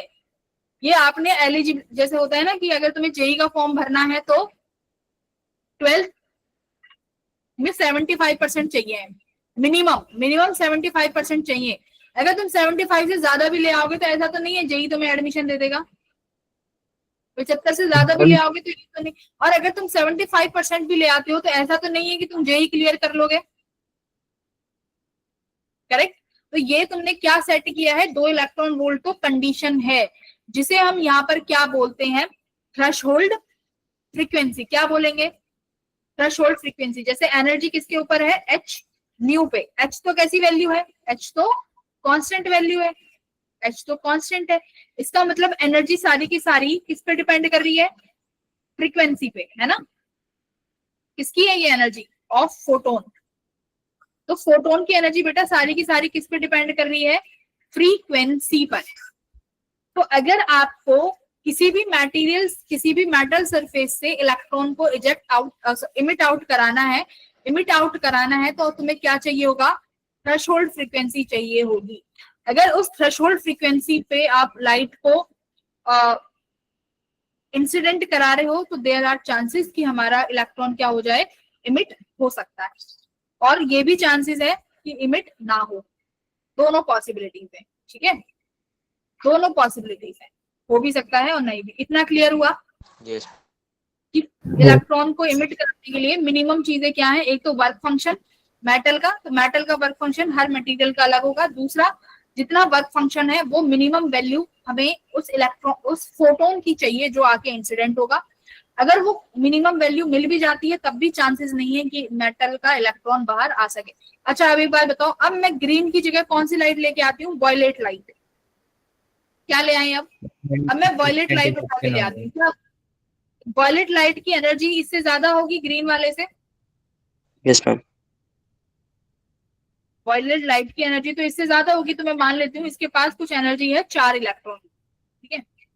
ग्रीन वाले को ग्रीन कलर से दिखाते हैं कि इसकी एनर्जी थी 2 इलेक्ट्रॉन, 4 इलेक्ट्रॉन वोल्ट की एनर्जी से आ रहा है। तो क्या फर्क पड़ेगा मुझे अब ये बताओ, क्या मैम उसके पास काइनेटिक एनर्जी आ जाएगी। काइनेटिक अब मेरे को एक बात बताओ, एक सेकेंड, हाँ, अब मेरे को एक बात बताओ, मेरे पास यही मटेरियल है और यहाँ पर मेरे पास ये इलेक्ट्रॉन्स रखे हुए हैं। देखो ये कॉन्सेप्ट से अगर क्वेश्चन आ जाएगा ना तो थ्योरी में आना चाहिए, थ्योरी भी इंपॉर्टेंट है। अगर ये मान लो तुम्हारे पास अब 4 इलेक्ट्रॉन वोल्ट का कोई फोटोन आके इस इलेक्ट्रॉन पे पड़ा, जिस इलेक्ट्रॉन को सिर्फ 2 इलेक्ट्रॉन वोल्ट चाहिए, 4 इलेक्ट्रॉन वोल्ट का एक फोटोन आ रहा है एनर्जी को लेके और वो 2 इलेक्ट्रॉन वोल्ट के इलेक्ट्रॉन पे जाके पड़ता है, तो क्या चांसेस हैं कि इलेक्ट्रॉन बाहर आ जाएगा? 100%। Yes ma'am yes ma'am. अभी भी गलत, अभी भी 100% चांसेस नहीं है कि वो बाहर आ जाएगा। बात समझ में आई? अभी भी चांसेस नहीं है कि वो बाहर आ जाए। तो ये यहाँ से क्वेश्चन देखना, तुम CYQs उठा के देखोगे तुम्हें मिलेंगे यहाँ से क्वेश्चंस, और आते भी हैं, और नहीं आए तो आने के चांसेस हैं। मैम इसमें 100% क्यों नहीं हो रहा? नहीं होगा ना, क्योंकि इलेक्ट्रॉन की एनर्जी बहुत चीज, मान लो इलेक्ट्रॉन को तुमने 4 इलेक्ट्रॉन वोल्ट दिया, वो बाहर आ रहा है और बाहर आते आते उसने अपनी एनर्जी स्पेंड कर दी, तो बाहर आते आते उसने अपनी एनर्जी एटम आयंस इसमें डिस्ट्रीब्यूट कर दी, तो मतलब बाहर है ना, there are so many reasons. तो 100% पॉसिबिलिटी यहाँ नहीं लेके चलते कि बाहर इलेक्ट्रॉन निकलेगा ही निकलेगा, नहीं निकलेगा, ठीक है। एक चीज और मेरी बात सुनो, मैं यहाँ पर ये कंसिडर करती हूँ कि ये फोटोन और ये इलेक्ट्रॉन का जो कोलिजन होगा, ये कैसा कोलिजन होता है, इलास्टिक कोलिजन, ठीक है। फोटोन्स और ध्यान से सुनो, फोटोन और इलेक्ट्रॉन के बीच का बोल रही हूँ। फोटोन जो एनर्जी लेके आएगा वो सारी की सारी एनर्जी किसको ट्रांसफर कर देगा, इलेक्ट्रॉन। तो ये इलास्टिक कोलिजन की तरह हम यहाँ पर मानेंगे इसमें। आगे बोलो आगे बताओ क्या कह रहे हो। तो वर्क फंक्शन क्या है, this is the minimum energy required by the electron to escape from the material surface. तो उसको हमने यहाँ पे बोला वर्क फंक्शन। 1 इलेक्ट्रॉन वोल्ट किसके बराबर होता है, electronic charge. Work function depend on the properties of the material and the nature of its surface. तो ये वर्क फंक्शन हर एक मेटल का अपना अलग अलग होगा, ठीक है। जैसे तुम्हें यहाँ पे दिया हुआ है सीजियम, सोडियम और ये लेड वगैरह का, सबका वर्क फंक्शन यहाँ पे अलग अलग है, ठीक है। थ्रेशोल्ड फ्रीक्वेंसी हम पढ़ चुके हैं, थ्रेशोल्ड फ्रीक्वेंसी हमने पढ़ ली। ये कौन सी फ्रीक्वेंसी है, when the frequency of incident light is smaller. अगर फ्रीक्वेंसी इस इंसिडेंट लाइट की फ्रीक्वेंसी तुम्हारी मिनिमम वैल्यू अभी भी बता रही हूँ, वर्क फंक्शन से कम है, तो तुम्हारा क्या नहीं निकलेगा, तुम्हारा इलेक्ट्रॉन इमिट नहीं होगा, इमिशन नहीं होगा, ठीक है। तो ये रहा, तो ये रीजन था कि रेड लाइट, ग्रीन लाइट और ब्लू लाइट पे हमारा किसी पे तो इलेक्ट्रॉन निकल जा रहा था, किसी पे नहीं निकल जा रहा था। तो यहाँ पर एनर्जी का कॉन्सेप्ट आता है, और एनर्जी किसके पास होती है इस चीजों में, अपना फोटोन, और फोटोन को क्या माना है यहाँ पे, पार्टिकल। तो यहाँ से प्रूव हो जाता है एक्सपेरिमेंटल। अभी यहाँ तक बताओ, अब बस अब हमें अपने केसेस डिस्कस कर रहे हैं। फोटो इलेक्ट्रिक इफेक्ट क्या कह रहा है, the phenomena of electron emission from the metal plate is called photo electric effect. पढ़ ही लिया है। कि इलेक्ट्रॉन का किसी भी मेटल की सरफेस से बाहर आना क्या कहलाया जाएगा, फोटो इलेक्ट्रिक इफेक्ट कहलाया जाएगा। ये लाइट आई और ये तुम्हारा इलेक्ट्रॉन बाहर आ गया, ये फोटो इलेक्ट्रिक इफेक्ट है। क्या कह रहा है, ध्यान से पढ़ो। The photo electric emission is an instant process without any time lag even when the incident radiation is made exceedingly dim। इसका मतलब क्या है कि अगर इलेक्ट्रॉन को निकलना होगा तो कितने टाइम में निकल जाएगा, 10⁻⁻⁹ सेकेंड में। तो ये जो इमिशन है ये इंस्टेंट प्रोसेस है, इंस्टेंट प्रोसेस है, ठीक है, दिस इज इंस्टेंट प्रोसेस। ये एक्सपेरिमेंटल स्टडी है। ये स्टडी देख लो क्या कह रहा है कि मैंने यहाँ पर क्या किया, एक क्वार्ट्ज की प्लेट लगा दी। ये बाहर जो है ये एक क्वार्ट्ज की प्लेट लगी हुई है। यहाँ पे मैंने ये फोटो सेंसिटिव प्लेट लगाई है कि अगर लाइट रेज इस पे पड़ेंगी तो क्या निकलेगा, इलेक्ट्रॉन का इमिशन होगा। ठीक है, यहाँ पर मेरे पास बहुत सारे प्लेट हैं जहां से अगर लाइट रेज जैसे आएगी तो इलेक्ट्रॉन निकलेंगे। ठीक है, ये मेरी कौन सी प्लेट, ये मैंने सामने कौन सी प्लेट लगा दी, अनदर प्लेट लगा दी जिसको मैंने पॉजिटिव से कनेक्ट कर दिया। ठीक है, पॉजिटिव से कनेक्ट कर दिया। बेटा अगर ये पॉजिटिव टर्मिनल है तो क्या इलेक्ट्रॉन इसकी तरफ अट्रैक्ट होंगे, हाँ या ना? देखो अलग कॉन्सेप्ट शुरू हो रहा है, मेरी बात ध्यान से सुनो। अगर ये सामने वाली प्लेट पॉजिटिव टर्मिनल पे है तो लाइट की वजह से निकलने वाले इलेक्ट्रॉन क्या इसकी तरफ अट्रैक्ट होंगे, इस प्लेट Yes, ma'am. इस प्लेट की तरफ अट्रैक्ट होंगे। तो देखो क्या लिख रहा है, the emission of the electron cause flow of electric current. तो ये इलेक्ट्रॉन इस प्लेट तक पहुंचेंगे और इस प्लेट तक पहुंच के ये पॉजिटिव टर्मिनल तक पहुंचेंगे तो क्या मेरे आउटर सर्किट में एक करंट फ्लो होगा। इस करंट को क्या नाम देंगे, इस करंट का नाम होगा फोटो इलेक्ट्रिक। देखो यहां से बहुत सारे क्वेश्चन आते हैं, ध्यान से सुन लेना। फोटो इलेक्ट्रिक करंट, इस करंट का नाम होगा फोटो इलेक्ट्रिक करंट। ठीक है, आगे देखो क्या कह रहा है, अगर मैं क्या करता हूं, द इंटेंसिटी को चेंज करते हैं बाय चेंजिंग द डिस्टेंस। अब बताओ क्या होगा। अब तुमने फ्रीक्वेंसी तो वही रखी जिससे तुम्हारा इलेक्ट्रॉन बाहर आ रहा है, मान लो किसी फ्रीक्वेंसी V से। मैंने इंटेंसिटी को बढ़ा दिया, मतलब 100 वॉट के बल्ब को 500 वॉट के बल्ब पे रख दिया। अब बताओ क्या होगा, क्या क्या चेंजेस आएंगे, क्या चेंजेस आ सकते हैं इंटेंसिटी को बढ़ाने से। पहले इंटेंसिटी करंट बढ़ जाएगा। हाँ करंट बढ़ेगा उसके हाँ, साथ। बिल्कुल। क्यों करंट क्यों बढ़ेगा, क्योंकि आपने लाइट की इंटेंसिटी बढ़ा दी। लाइट की इंटेंसिटी बढ़ाने का मतलब क्या है, अब जो तुम्हारी लाइट पहले फोटोन 100 वॉट में मान लो 5 फोटोन्स दे रही थी, अब 500 वॉट की लाइट में वो फोटोन बढ़ जाएंगे ना, तो नंबर ऑफ फोटोन बढ़ जाते हैं, है ना। इंटेंसिटी के बढ़ाने से क्या होगा, इंटेंसिटी बढ़ाई जिसकी वजह से क्या बढ़ा बेटा, नंबर ऑफ फोटोन्स बढ़े, और नंबर ऑफ फोटोन्स के बढ़ने से हमारी पॉसिबिलिटी बढ़ गई कि हमारे इलेक्ट्रॉन का इमिशन भी क्या होगा, ज्यादा होगा, ज्यादा होगा। मान लो तुम्हारे 5 फोटोन पे एक इलेक्ट्रॉन निकल रहा है। सपोज करो 5 फोटोन पे एक इलेक्ट्रॉन निकल रहा है, इसे हम बोलते हैं इलेक्ट्रॉन इमिशन की इफिशियंसी कितनी है ना, कितनी इफिशियंसी है। अब मैंने वो 5 फोटोन की जगह मैंने 10 फोटोन कर दिए, तो मेरी इफिशियंसी बढ़ गई ना, कि दो इलेक्ट्रॉन निकलेंगे। अब मैंने उस 5 फोटोन की जगह 10 फोटोन कर दिए, बट वो 5 से 10 फोटोन करूंगी कैसे, इंटेंसिटी को बढ़ा के। तो जब भी अगर सवाल आता है कि अगर हम इंटेंसिटी बढ़ा रहे हैं तो याद रखना क्या बढ़ेगा, नंबर ऑफ फोटोन बढ़ेंगे, और नंबर ऑफ फोटोन के बढ़ने से क्या बढ़ जाएगी, इलेक्ट्रॉन इमिशन का नंबर बढ़ जाएगा। तो अगर नंबर ऑफ इलेक्ट्रॉन्स ज्यादा हो गए, मुझे बताओ, अगर नंबर ऑफ इलेक्ट्रॉन ज्यादा हो गए तो क्या हुआ, number of electron current increase होगा। हाँ, number of electron emitted increase, तो इसका मतलब हमारा सर्किट में क्या बढ़ गया, फोटो इलेक्ट्रिक करंट भी इंक्रीज हो जाएगा। तो डायरेक्ट ग्राफ आता है किसका, intensity versus current. Intensity versus current का ग्राफ आता है, तो घुमा फिरा के चीज क्या हुई, इंटेंसिटी बढ़ेगी तो सर्किट का करंट बढ़ जाएगा। ठीक है, इंटेंसिटी बढ़ते ही करंट बढ़ जाएगा। तो क्या है, we can use this experiment to study the variation of photo current with this.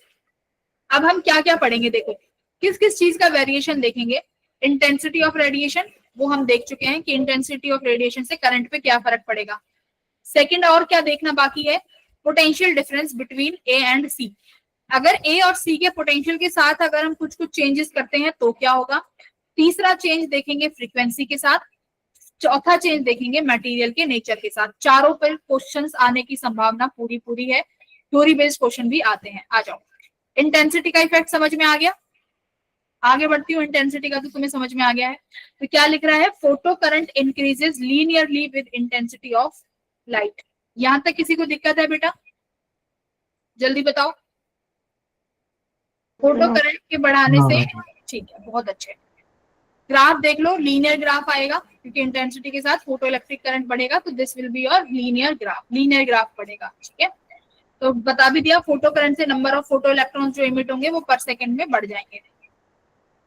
अब सेकंड आता है अपना पोटेंशियल। सेकंड है कि अगर मैं ए के पोटेंशियल के साथ कुछ करूं तो क्या फोटो इलेक्ट्रिक करंट बढ़ या घट सकता है, ये देखेंगे।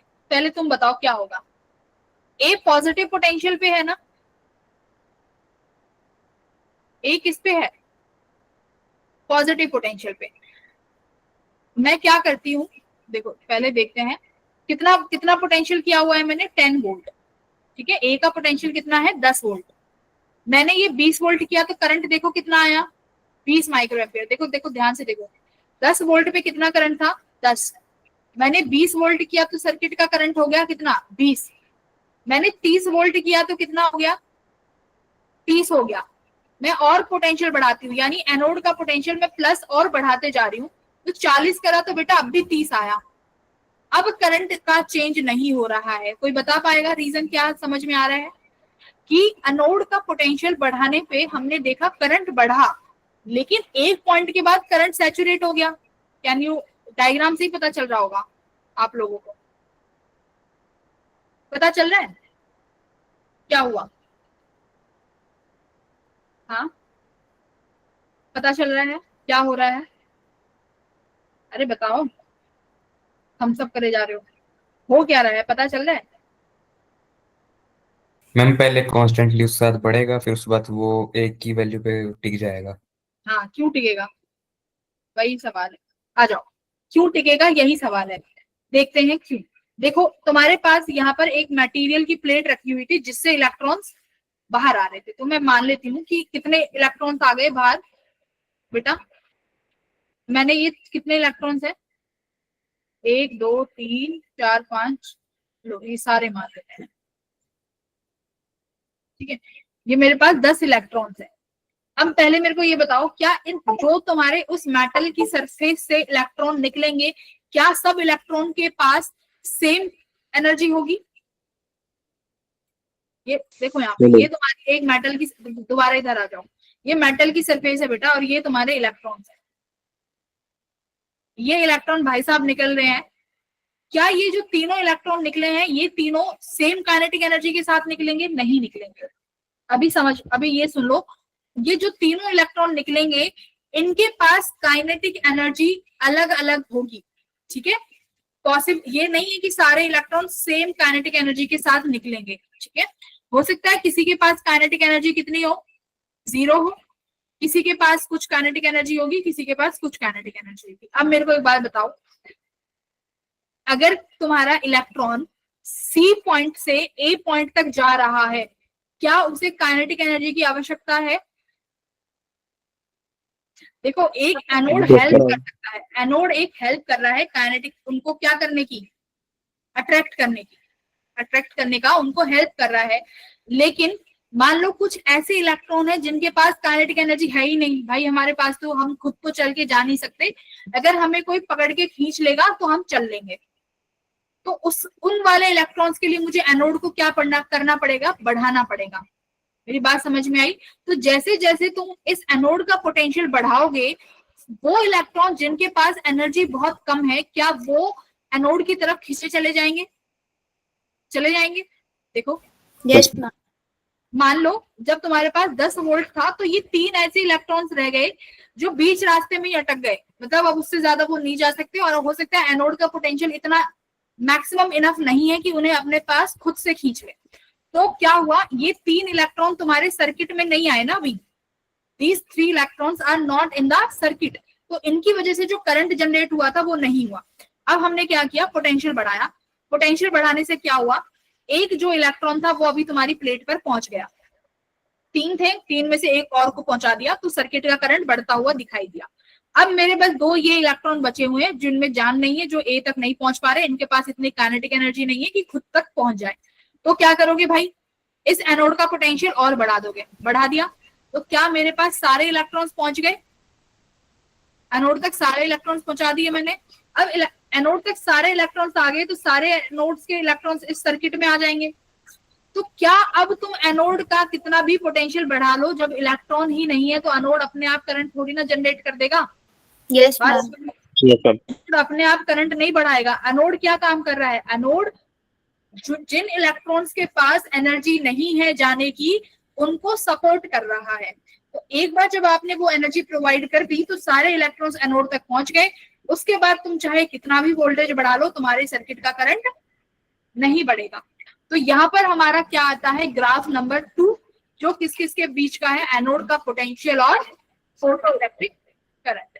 तो एक पॉइंट के बाद तुम्हारा क्या हो गया भाई, करंट सैचुरेट हो गया। तो क्या बोला है, जब तुम्हारा मैक्सिमम वैल्यू पहुंच जाए फोटो इलेक्ट्रिक करंट की, उस करंट को क्या बोलते हैं हम, सैचुरेशन करंट। मेरी बात समझ में आई। अब यस मैम। अब उसके बाद एक और सबसे इंपॉर्टेंट कॉन्सेप्ट आता है, स्टॉपिंग पोटेंशियल। क्या है स्टॉपिंग पोटेंशियल? अब जरा देखो, मैंने एनोड का पोटेंशियल कैसा कर दिया बेटा, एनोड मैंने पोटेंशियल रिवर्स कर दिया। पहले एनोड कैसा था, पहले एनोड कैसा था, एक ए टर्मिनल कैसा था पहले, पॉजिटिव। पहले ए टर्मिनल नेगेटिव था। वाह,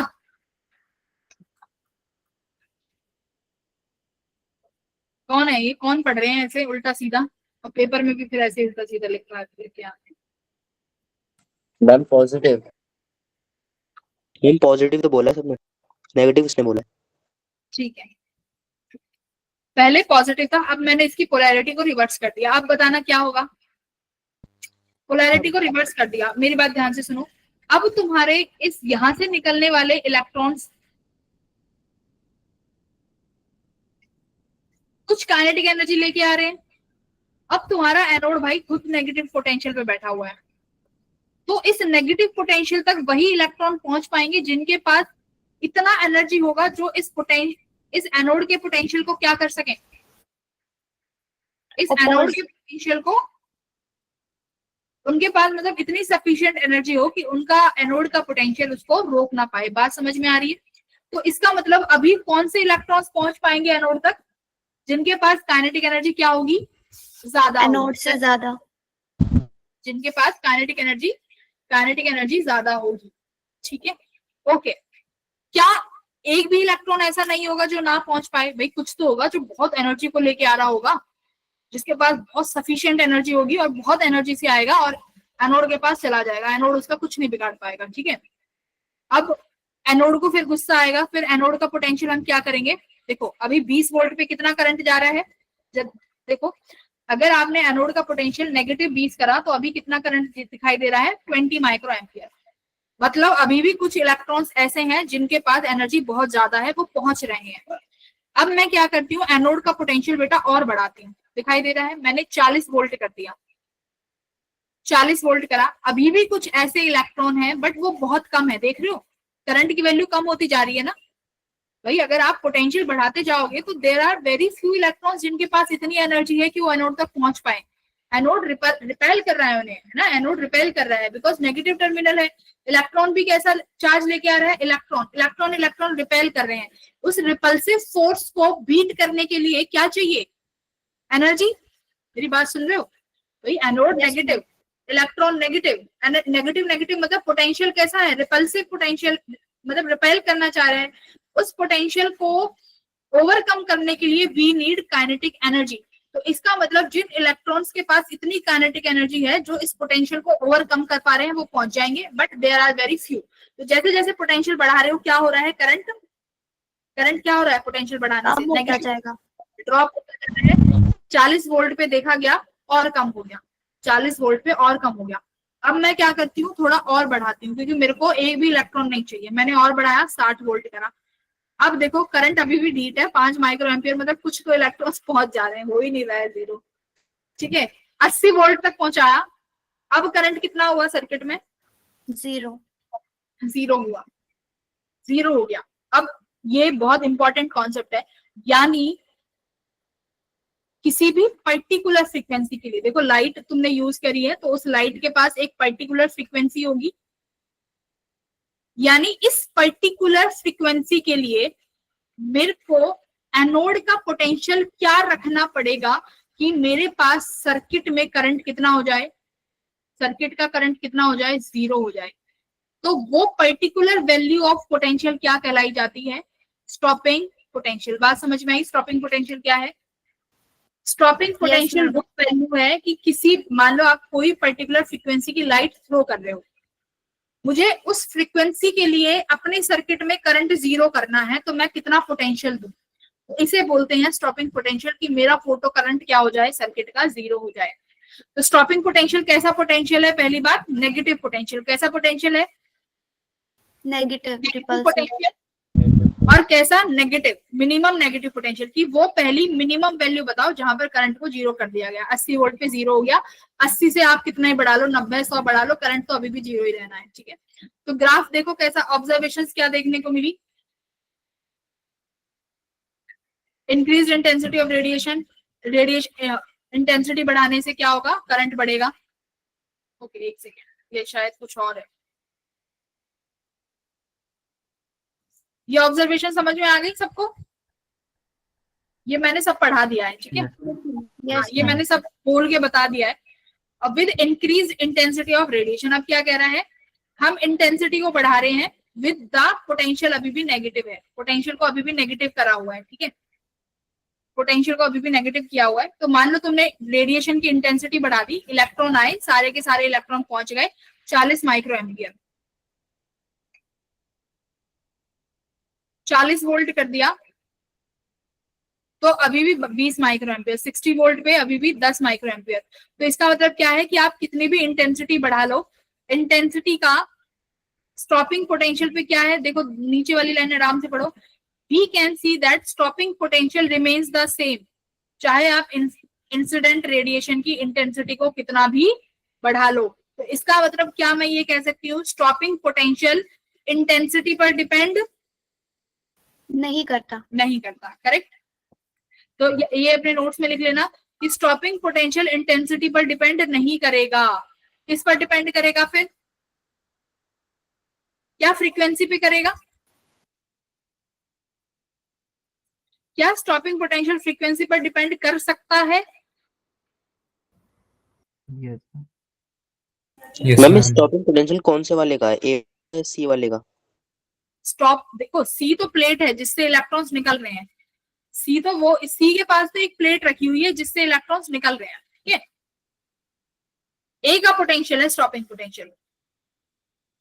तुम्हें बस ये पता होना चाहिए कि स्टॉपिंग पोटेंशियल है क्या। ओके, ये पता चल गया कि स्टॉपिंग पोटेंशियल क्या है, कि पर्टिकुलर फ्रीक्वेंसी पे करंट 0 हो गया तो वो स्टॉपिंग पोटेंशियल है। मैंने अब तुम्हें ये सिखाया कि अगर मैं इंटेंसिटी को बढ़ा रही हूँ तो इंटेंसिटी को बढ़ाने से स्टॉपिंग पोटेंशियल पे कुछ भी फर्क नहीं पड़ा। अब मैं जरा देखती हूँ फ्रीक्वेंसी पे, क्या फ्रीक्वेंसी से स्टॉपिंग पोटेंशियल पे कुछ फर्क पड़ेगा, एक बार ये देख लेते हैं। फोटो करंट और कलेक्टर प्लेट का पोटेंशियल, रिटार्डिंग पोटेंशियल का ग्राफ आया ये। क्या ये समझ में आया ग्राफ? बहुत इंपॉर्टेंट ग्राफ है। ग्राफ समझ में आया? मैं समझाती हूँ, ऐसे नहीं आएगा। ये है फोटो करंट, ये है पोटेंशियल, ये नेगेटिव पोटेंशियल है, इसलिए कौन से क्वाड्रेंट में आया है? सेकंड क्वाड्रेंट का ग्राफ है। मेरी बात समझ में आई? कैसे क्वाड्रेंट का ग्राफ है? सेकंड क्वाड्रेंट का ग्राफ है। मैंने तुम्हें क्या दिखाया है यहाँ पे? मैंने 3 इंटेंसिटी दिखाई हुई है, I1, I2, I3। सबसे ज्यादा इंटेंसिटी किसकी है बेटा? I3 पे। ठीक है, I3 की इंटेंसिटी सबसे ज्यादा है, I2 की उससे कम और I1 की सबसे कम। ये फोटो करंट Y पे और X में तुम्हारा रिटार्डिंग पोटेंशियल। तो अभी मैंने क्या सिखाया कि आप कितनी भी इंटेंसिटी बढ़ा लो, पोटेंशियल क्या रहने वाला है? सेम। सेम। बट एक चीज याद रखना, इन सबकी फ्रीक्वेंसी क्या है? इन तीनों की फ्रीक्वेंसी कैसी है? सेम है। डिफरेंट। ना, फ्रीक्वेंसी सेम है। इन तीनों लाइट की फ्रीक्वेंसी कैसी है? मैम कलर मैटर नहीं कर रही। करंट वो कलर दे दिया उन्होंने। फ्रीक्वेंसी कैसी है, सेम है, ठीक है, फ्रीक्वेंसी सेम है, याद रखना फ्रीक्वेंसी सेम है, बस इंटेंसिटी के साथ खेल रहे हो अभी। तो फ्रीक्वेंसी आपने इंटेंसिटी के साथ खेला, बढ़ाते गए, तो हमें पता चला कि पोटेंशियल कैसा आ रहा है, नेगेटिव पोटेंशियल में कोई चेंज नहीं आ रहा। बट अभी हमने थोड़ी देर पहले क्या बढ़ा था कि इंटेंसिटी बढ़ाने से क्या बढ़ता है, फोटो करंट बढ़ता है ना। अभी इंटेंसिटी वर्सेस करंट का ग्राफ देखा था ऐसे, भूल गए यस मैम। कि इंटेंसिटी Yes, ma'am. बढ़ेगी, नंबर ऑफ फोटो इलेक्ट्रॉन निकलेंगे तो करंट बढ़ेगा। तो तुम देख पा रहे हो I3 के पास सबसे ज्यादा इंटेंसिटी है, तो I3 के पास सैचुरेशन देखो, फोटो करंट सबसे ज्यादा आया है ना। I1 के पास सबसे छोटी है इंटेंसिटी, तो I1 का जो करंट है वो सबसे कम आया है। ये बात समझ में आ गई, ये ग्राफ समझ आ गया, आ गई होगी, इजी थी। पोटेंशियल सेम बट इंटेंसिटी की वजह से इनका पोटेंशियल करंट का ग्राफ अलग अलग आया है, ठीक है। ओके अभी हमारा अभी मेरा एक पॉइंट रह गया यहाँ पे तुम्हें पढ़ाना, क्या फ्रीक्वेंसी के साथ क्या अचीव होगा, बताओ फ्रीक्वेंसी के साथ क्या होगा बेटा। मैम चेंज मेरी- होगा पोटेंशियल। मैम चेंज होगा। अब आ जाओ यहाँ पे, जो हमारी सबसे इंपॉर्टेंट इक्वेशन होती है, जिसे हम कौन सी इक्वेशन बोलते हैं,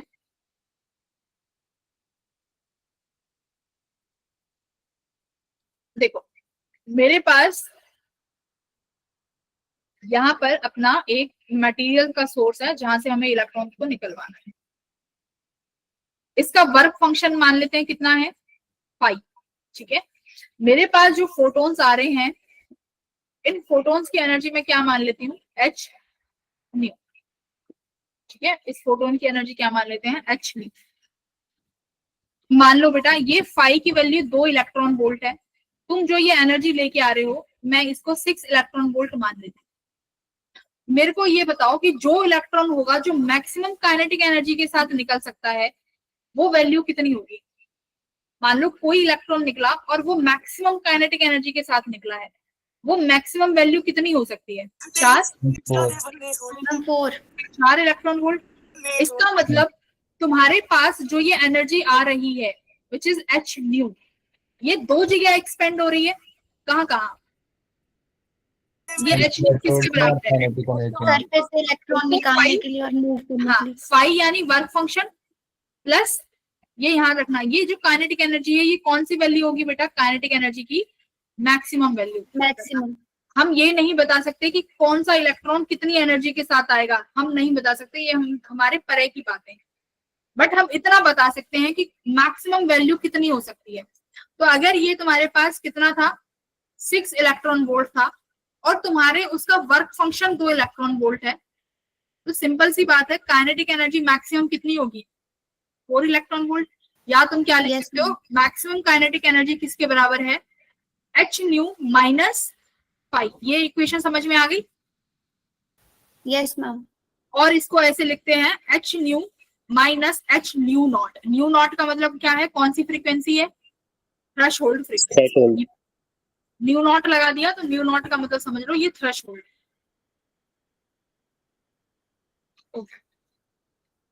बस अच्छा तुम्हारी क्लास का टाइम हो गया, बाकी अब हम अगली क्लास में करेंगे, ठीक है, कल वाली क्लास में। तो इसमें देखेंगे कि तुम्हारा फ्रीक्वेंसी के साथ क्या रिलेशन शो करता है, ठीक है बेटा। रिवीजन नहीं होगी, तुम डाउट्स लेके आना ना, मैं तुम्हारे सारे डाउट रिजॉल्व करूंगी। रिवीजन कर लेंगे, ईएमआई के 5 क्वेश्चंस ले आएंगे, ईएमआई के 5 क्वेश्चंस करके।